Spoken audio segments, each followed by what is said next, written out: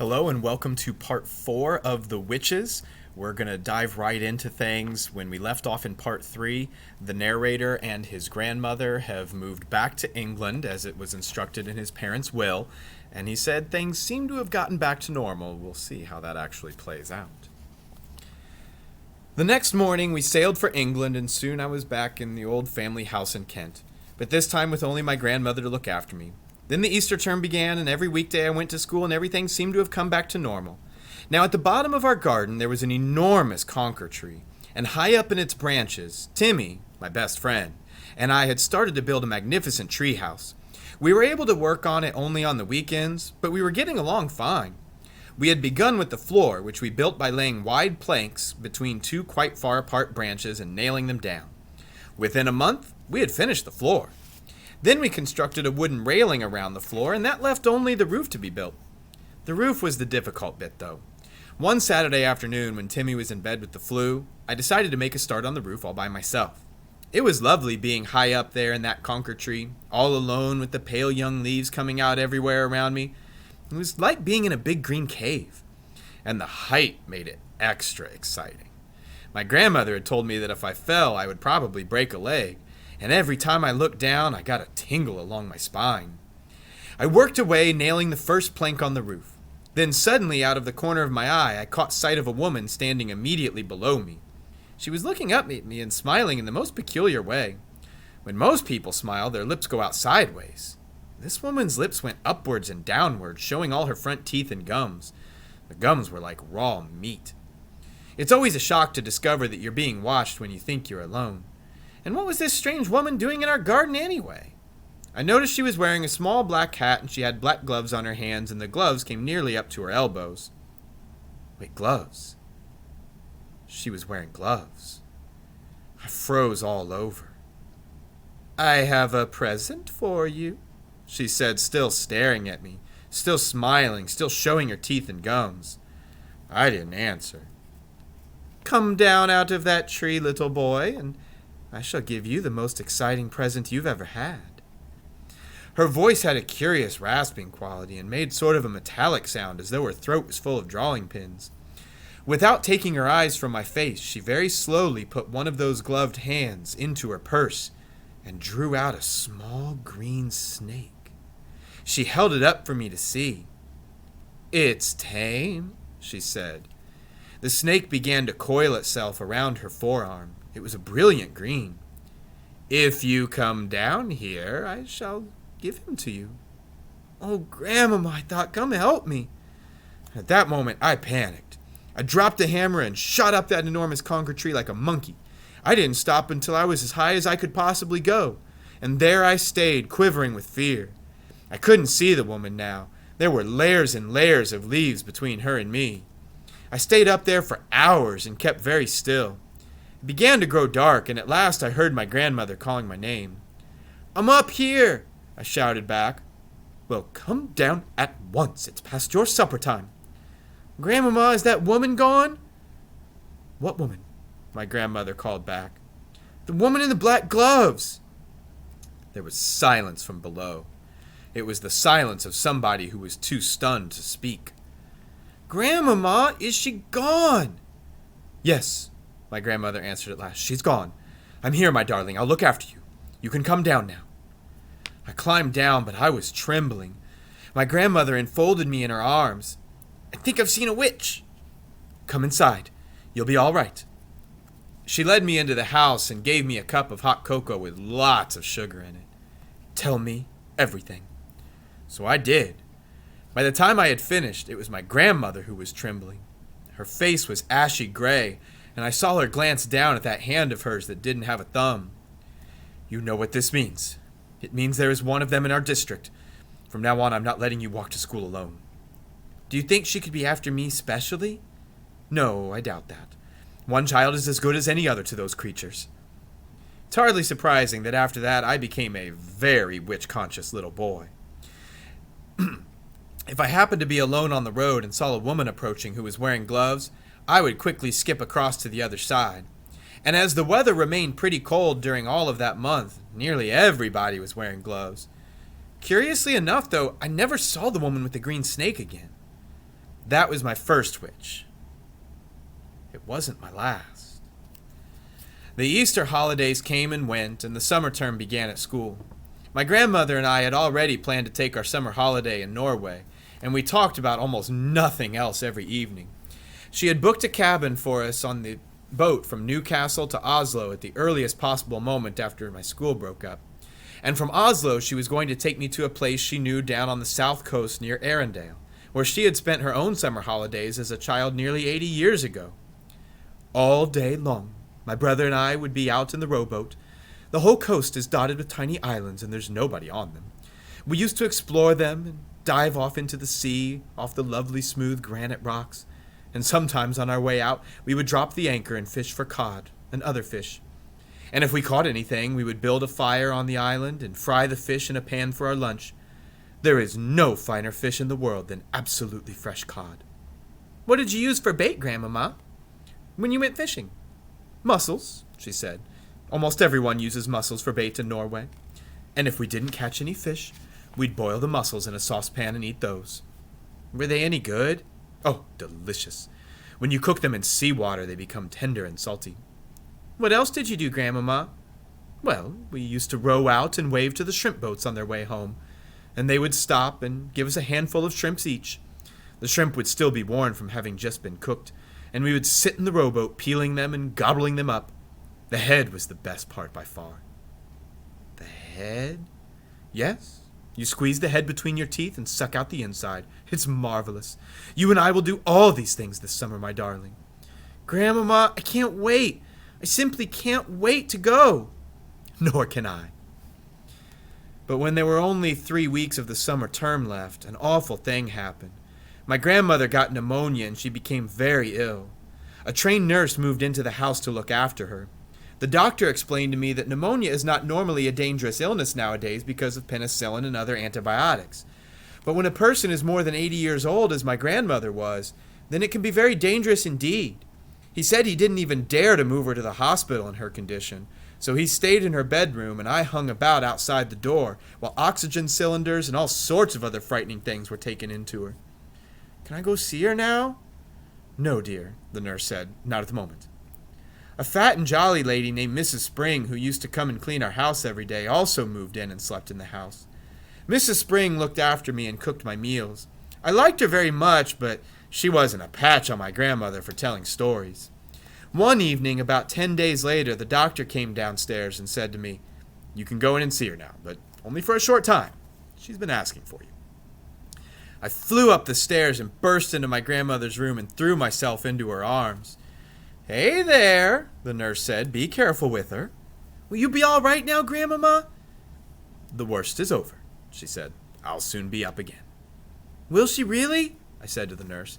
"Oh, yes," the nurse answered, smiling. "She told us she simply had to get better because she had to look after you." I gave her another hug. "They won't let me have a cigar, but you just wait till they're gone." The nurse said with a chuckle. "She's a tough old bird. We'll have her up and about in another week." And the nurse was right. Within a week, my grandmother was thumping about the house with her gold-topped cane and interfering with Mrs. Spring's cooking. "I thank you for all your help, Mrs. Spring, but you can go home now." "No, I can't," Mrs. Spring said. "Doctor told me to see to it that you take it very easy for the next few days." The doctor said more than that. He dropped a bombshell on my grandmother and me by telling us that on no account were we to risk the journey to Norway this summer. "Rubbish!" my grandmother cried. "I've promised him we'll go." "It's too far," the doctor said.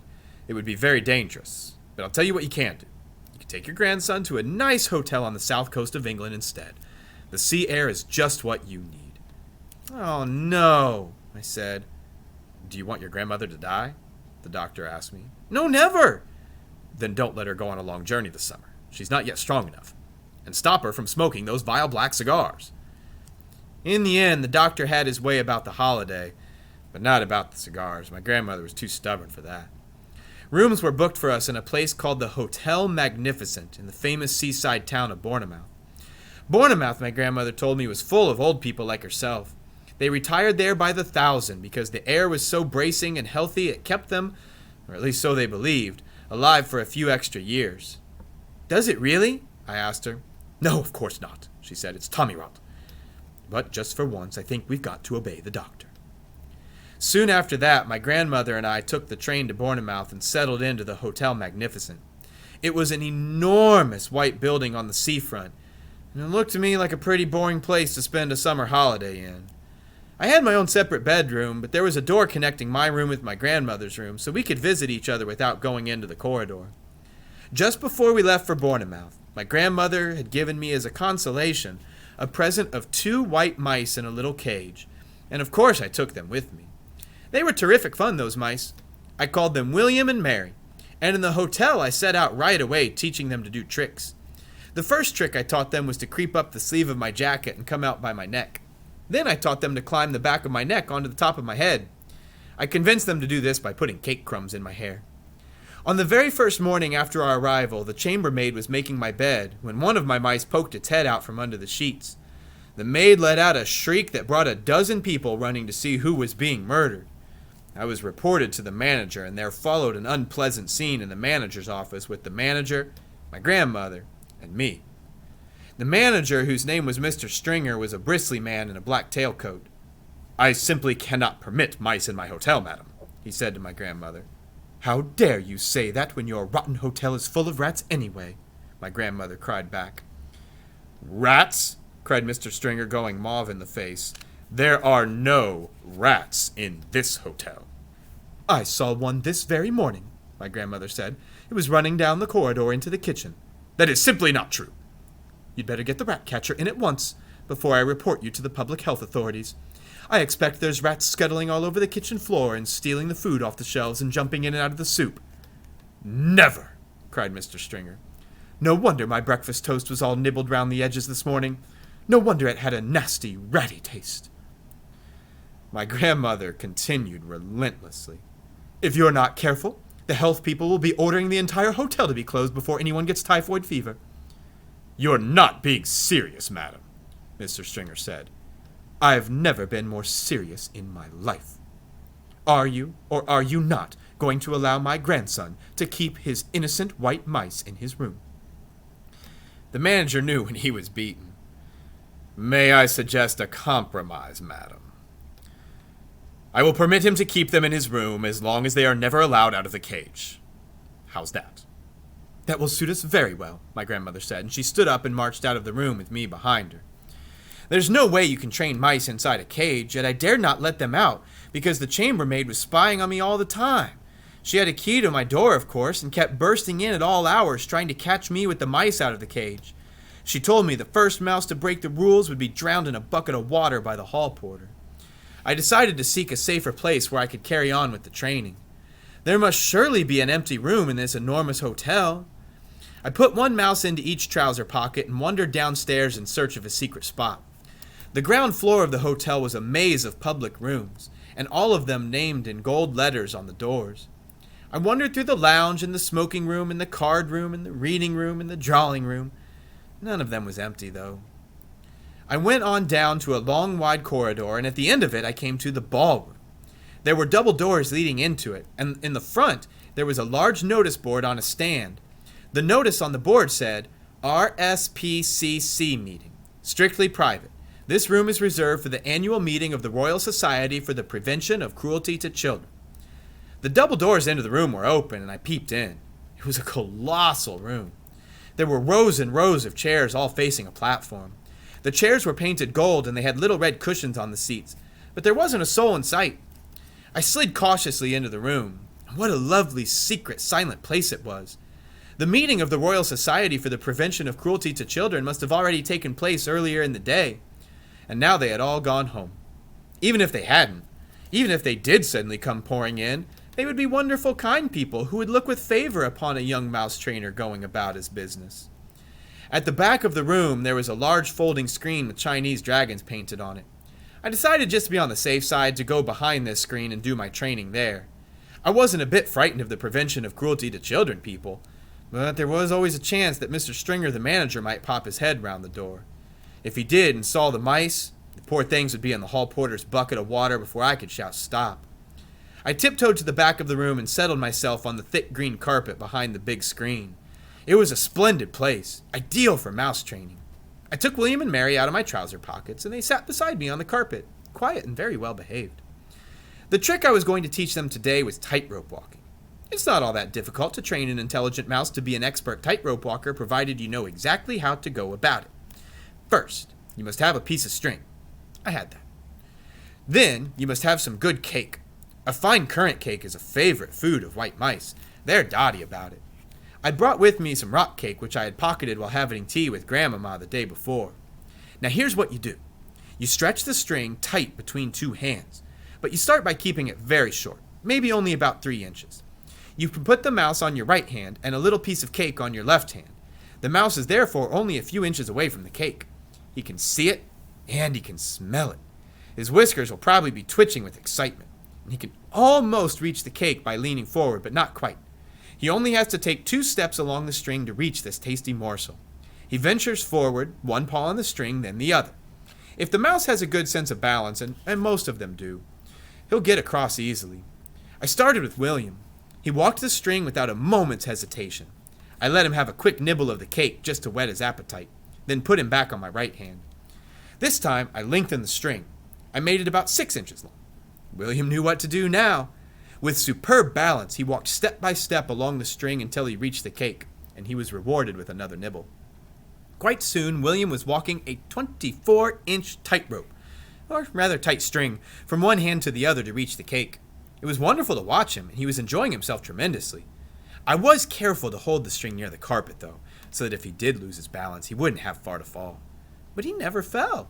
He was obviously a natural acrobat, a great tightrope walking mouse. Now it was Mary's turn. I put William on the carpet beside me and rewarded him with some extra crumbs and a currant. Then I started going through the same routine all over again with Mary. My blinding ambition, you see, my dream of dreams, was to become one day the owner of a white mouse circus. I'd have a small stage with red curtains in front of it, and when the curtains were drawn apart, the audience would see my world-famous performing mice walking on tightropes, swinging from trapezes, turning somersaults in the air, bouncing on trampolines, and all the rest of it. I would have a white mouse riding on white rats, and the rats would gallop furiously round and round the stage. I was beginning to picture myself traveling first class all over the globe with my famous white mouse circus, performing before all the crowned heads of Europe. I was about halfway through Mary's training when suddenly I heard voices outside the ballroom door. The sound grew louder, and it swelled into a great babble of speech from many throats. I recognized the voice of the awful hotel manager, Mr. Stringer. Help! I thought, but thank heavens for the huge screen. I crouched behind it and peered through the crack between 2 of the folding sections. I could see the entire length and width of the ballroom without anyone seeing me. Well, ladies, I'm sure you'll be quite comfortable in here, I heard Mr. Stringer's voice saying. Then in through the double doors he marched, black tailcoat and all, spreading his arms wide as he ushered in a great flock of ladies. If there is anything we can do for you, please do not hesitate to ask. Tea will be served for all of you on the Sunshine Terrace after you have concluded your meeting.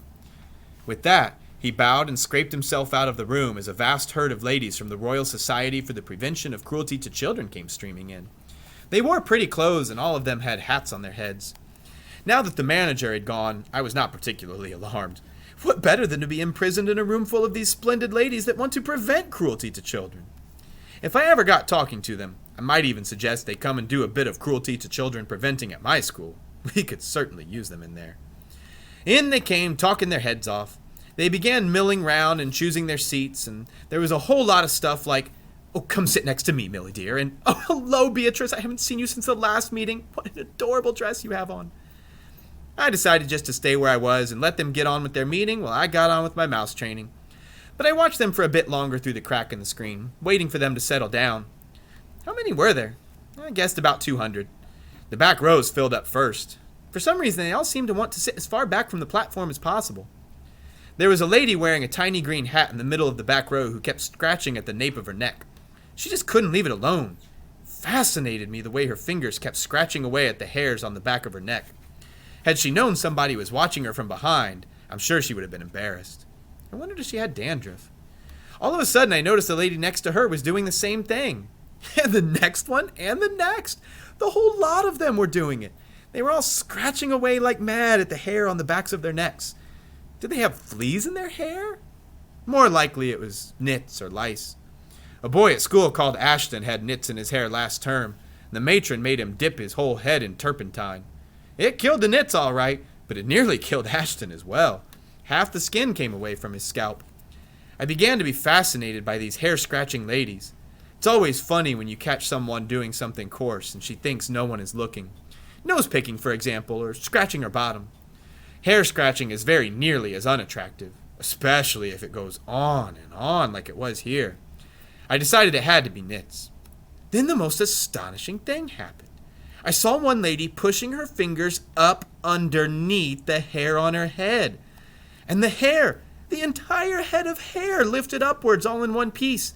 The hand slid underneath and the hair went on underneath the hair and just went on scratching. She was wearing a wig. She was also wearing gloves. I glanced swiftly around at the rest of the now seated audience. Every one of them was wearing gloves. My blood turned to ice and I began to shake all over. I glanced frantically behind me for a back door to escape through, but there wasn't one. Should I leap out from behind the screen and make a dash for the double doors? The doors were already closed, and I could see a woman standing in front of them. She was bending forward and fixing some sort of a metal chain around the two door handles. Keep still, I told myself. No one has seen you yet. There's no reason in the world why they should come to look behind the screen. But one false move, one cough, one sneeze, one nose blow, one little sound of any sort, and it won't be just one witch that gets you. It'll be 200. At that point, I think I fainted. The whole thing was altogether too much for a 7-year-old boy to cope with. But I don't believe I was out for more than a few seconds, and when I came to, I was, thank heavens, lying on the carpet, but still behind the screen. There was absolute silence all around me. Rather shakily, I got to my knees and peered once again through the crack in the screen. And we'll stop there. So if you haven't figured it out yet, based on the clues that we've gotten, a huge group of people all wearing wigs, all wearing gloves. If you were paying attention to some of the earlier parts, this might be the annual meeting of all the witches in England. And for those of you who paid attention, that means one of them that he is now trapped in the same room with could be the Grand High Witch herself. To see what happens next, you'll have to join us back for part 5. Bye.